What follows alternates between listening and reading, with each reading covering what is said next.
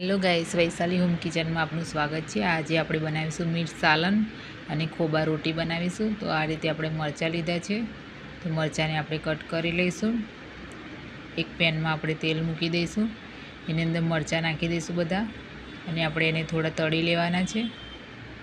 તળાઈ ગયા છે તો બહાર કાઢી લઈશું। આપણે લીધા છે સિંગદાણા, શેકેલા લીધા છે મેં, તો આપણે એની અંદર થોડું પાણી નાખીને આપણે એની ગ્રેવી બનાવી લઈશું। એક પેનમાં તેલ નાખીશું 2 ચમચી, અને એની અંદર નાખીશું જીરું, સौंफ અને મેથી દાણા, લીમડો નાખી દઈશું, લીલા મરચાં નાખી દઈશું અને પેસ્ટ નાખી દઈશું। મિક્સ કરી લઈશું આપણે। ધાણા જીરું, હળદર ને લાલ મરચું નાખી દઈશું તમારે જોઈએ એ પ્રમાણે। હવે નાખીશું આપણે આદુ લસણની પેસ્ટ, સ્વાદ પ્રમાણે મીઠું નાખી દઈશું।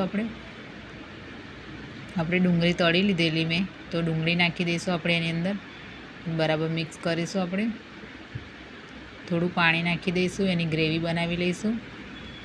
એની અંદર નાખીશું લીંબુ અને મરચાં નાખી દઈશું, બરાબર મિક્સ કરી લઈશું। ઢાંકીને 5 મિનિટ માટે મૂકી દઈશું। આપણે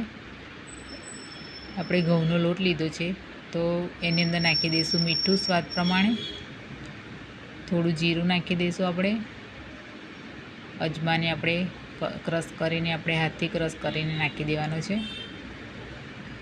થોડી આપણે હળદર નાખી દઈશું। આપણે મૂણ કરવા માટે આપણે ઘી નાખી દઈશું, બરાબર મિક્સ કરી લઈશું। આ રીતે આપણે મૂણ કરી લેવાનું છે। પાણી નાખીને આપણે એને કઠણ લોટ બાંધી લઈશું। આ રીતે આપણે આ રીતે જાડી રોટલી બનાવી છે, એટલે લુવાની આપણે મોટો લઈશું અને આ રીતે રોટલી બનાવી લઈશું જાડી। રોટલી તૈયાર છે, તો આપણે એક બાજુ આપણે એને શેકાવા દઈશું બરાબર, તો ફેરવી લઈશું। અને આ રીતે આપણે ચપટી ભરી લેવાની છે આખી રોટલીમાં।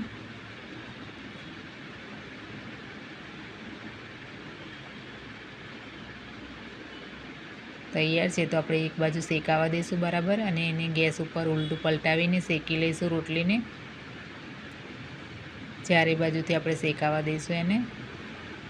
શેકાઈ ગઈ છે, તો આપણે 1 ચમચી એની ઉપર નાખી દઈશું ઘી। તૈયાર છે। હવે તમે જોઈ શકો છો આપણે મીઠ સાલનની ખોબા રોટી તૈયાર છે। તો તમને મારી વિડીયો ગમતી હોય તો લાઈક અને સબસ્ક્રાઈબ કરવાનું ભૂલતા નહીં।